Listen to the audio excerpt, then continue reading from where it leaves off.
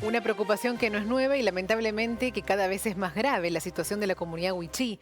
Más de 7.000 niños en riesgo nutricional. En el primer cuatrimestre de 2021, por falta de agua, que es el gran problema que tienen, uno de los grandes problemas que tienen en la comunidad wichí, fallecieron 36 menores entre niños y adolescentes. En el primer cuatrimestre de 2021, esa cantidad. Pero además lo que te decía, más de 7.000 niños en riesgo nutricional por esa falta de agua. No se puede vivir con estas temperaturas, con los, el clima que está teniendo toda la provincia de Salta y todo el norte argentino, por toda la deforestación que hay, vivir sin agua. Realmente un problema que aqueja a toda la comunidad wichí, a pesar de que en el 2021 la Defensoría Nacional de los Derechos del Niño había presentado un amparo para que la justicia ordene el derecho del agua de toda la comunidad.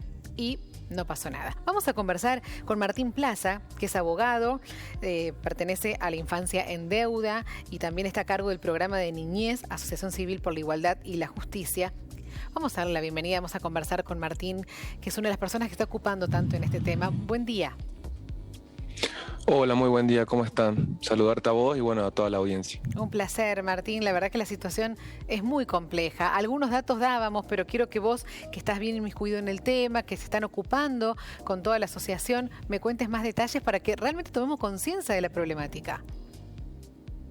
Bueno, es así como bien mencionaste vos. Ahora, el 29 de enero de este año, se van a cumplir 2 años desde que se declaró la emergencia sociosanitaria en 3 departamentos del norte de la provincia de Salta, departamento Orán, San Martín y Rivadavia, justo en ese momento porque se había tomado conocimiento del fallecimiento de al menos 9 niños y niñas wichí.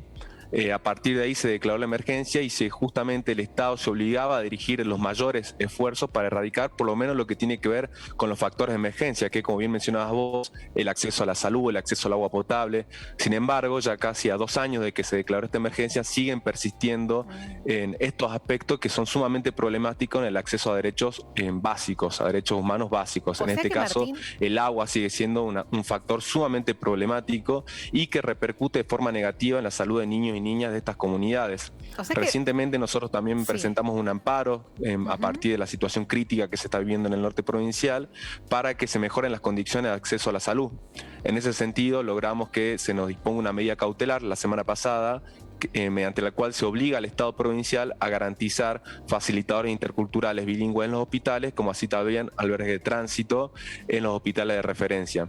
Esto responde también a una problemática estructural, que es que los hospitales y los centros de salud en estos territorios carecen de la infraestructura mínima para poder garantizar intervenciones de cierta complejidad, por lo cual constantemente se están disponiendo traslados hospitalarios. Bueno, y esto genera una serie de situaciones que producen violencia, malos tratos, discriminación también por parte del personal de salud, y a partir de esto es que la justicia también concede la medida cautelar que solicitábamos en el sentido de otorgar estos facilitadores interculturales en el centro de salud y así también la creación de estos albergues de tránsito. Sí, me quedé preocupada con lo que contaste al comienzo, que hace 2 años, o va a ser 2 años, que se declaró la emergencia sociosanitaria y no pasó nada. O sea, ¿qué hizo el Estado en estos 2 años? Bueno, claramente ha sido sumamente insuficiente, tanto los recursos como las acciones proyectadas. En el amparo que vos mencionaste, la Defensoría hacen un diagnóstico en el cual ellos detallan que se realizaron 20 pozos, pero que hay 30 en proyección. O sea, se siguen proyectando acciones que deberían ser de realización inmediata. Cabe recordar esto, cuando hablamos de pozos estamos hablando de agua, del acceso al agua, y que muchas veces no es del todo potable. El agua que se adquiere a través de los pozos también tiene que ser sometido a un estudio de potabilización. Pero dejando esto de lado, claramente hay una dilación que es totalmente inentendible, porque estando declarando la emergencia, se dirigieron fondos tanto por el Estado Nacional como por el Estado Provincial y para la realización de obras que debían haberse hecho de forma inmediata, porque son obras que tienden a garantizar el derecho más básico, como es el derecho al agua potable. Como bien dijiste vos, no poder acceder al agua potable y sobre todo ahora en condiciones climáticas sumamente adversas. Estamos hablando de territorios donde están haciendo más de 45 grados, donde hay una gran sequía. Esto también se ve mezclado con grandes precipitaciones que ha hecho que ciertas comunidades tengan que haber sido desplazadas por la crecida de los ríos. Todo un contexto de extrema vulnerabilidad realidad que si uno lo suma esto a la falta de acceso al agua potable, se pone en una situación sumamente caótica. Sí, y al comienzo, Martín, decíamos que hay más de 7.000 niños en riesgo nutricional. Hablamos de 7.000 niños, ya nos parece una cifra escandalosa y súper triste, pero hay muchos más, me imagino, ¿no? Porque además hay en todas estas comunidades, que son comunidades tan olvidadas, ni siquiera todos los niños están registrados con su DNI, ni siquiera todos los niños están anotados. O sea que es mucho más la población, es mucho más la gravedad de la situación. Así es, cualquier estadística vinculada con mortalidad infantil o en este caso particularmente con acceso a derechos básicos, Claro, hay que tomarla como un punto de referencia, pero no como un punto de diagnóstico exacto por Bien. esta situación que decís vos. Hay un problema por parte del Estado en poder acceder al derecho a la identidad. Hay muchos niños y niñas que nacen y pasan meses, años sin poder ser reconocidas por el Estado, por lo tanto, todas las situaciones que aquejan y las problemáticas que aquejan y que padecen estos niños, claramente no son registradas por el Estado, porque al no poder acceder al derecho a la identidad no son parte de las estadísticas oficiales. Bueno, vos pertenecés a esta organización Infancia en Deuda. ¿Qué le están pidiendo el gobierno? Que ya les vienen pidiendo, como nos decías recién, presentaron un amparo. Pero ¿qué le piden concretamente ahora? Bueno, por un lado estamos ya empezando a trabajar para que se pueda implementar de forma inmediata esta medida cautelar que conseguimos la semana pasada. Bien. Respecto a los facilitadores interculturales y los albergues de tránsito. Sin embargo, cotidianamente estamos pidiendo que se pueda acceder a la información de cómo se vienen implementando las distintas políticas públicas dirigidas a mitigar los factores de emergencia. Todo el año pasado estuvimos viajando a territorio una vez por mes, compartiendo talleres de empoderamiento jurídico con las comunidades, relevando las distintas problemáticas. A partir de ahí ya estábamos viendo que no estaban siendo suficientes las acciones que se estaban dirigiendo para corregir las problemáticas principales, como ser el acceso al agua, el acceso a la salud. Entonces estuvimos el año pasado ya pidiendo al Estado que pudiera informar a la sociedad civil sobre cómo venían avanzando las políticas para en conjunto poder colaborar para que esto se hiciera más urgente y se pudiera avanzar con mayor rapidez en estas obras.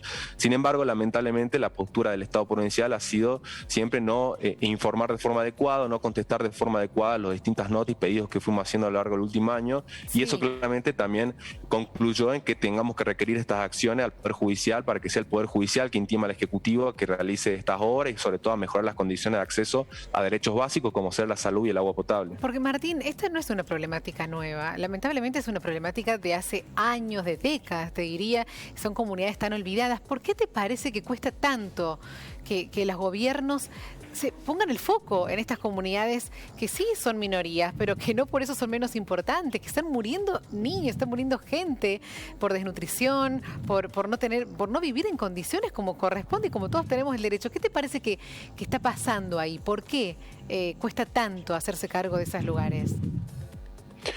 Bueno, principalmente creo que sigue persistiendo un contexto de discriminación estructural hacia los pueblos y las comunidades indígenas en el norte de la provincia.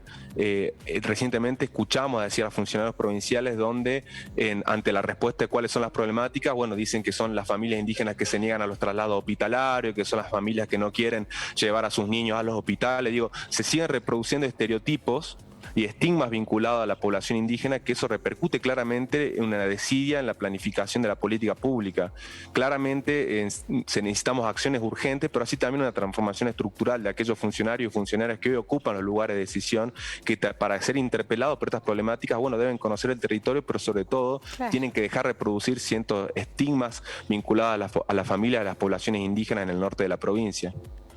Martín, nosotros desde acá te queremos agradecer, siempre nos ocupamos del tema, era importante tenerte por todo lo que están haciendo ustedes desde Infancia en Deuda, esta asociación que trabaja desde hace tanto tiempo, todo lo inquietos que son para ver si realmente se logra solucionar la vida de toda esta comunidad wichí. Te agradecemos muchísimo a vos por este ratito, muchísimas gracias desde acá. Muchas gracias a ustedes. Bueno, es muy importante poder visibilizar todas estas problemáticas y estas situaciones, así que bueno, agradecerla y a disposición para cuando necesiten. Gracias, abrazo.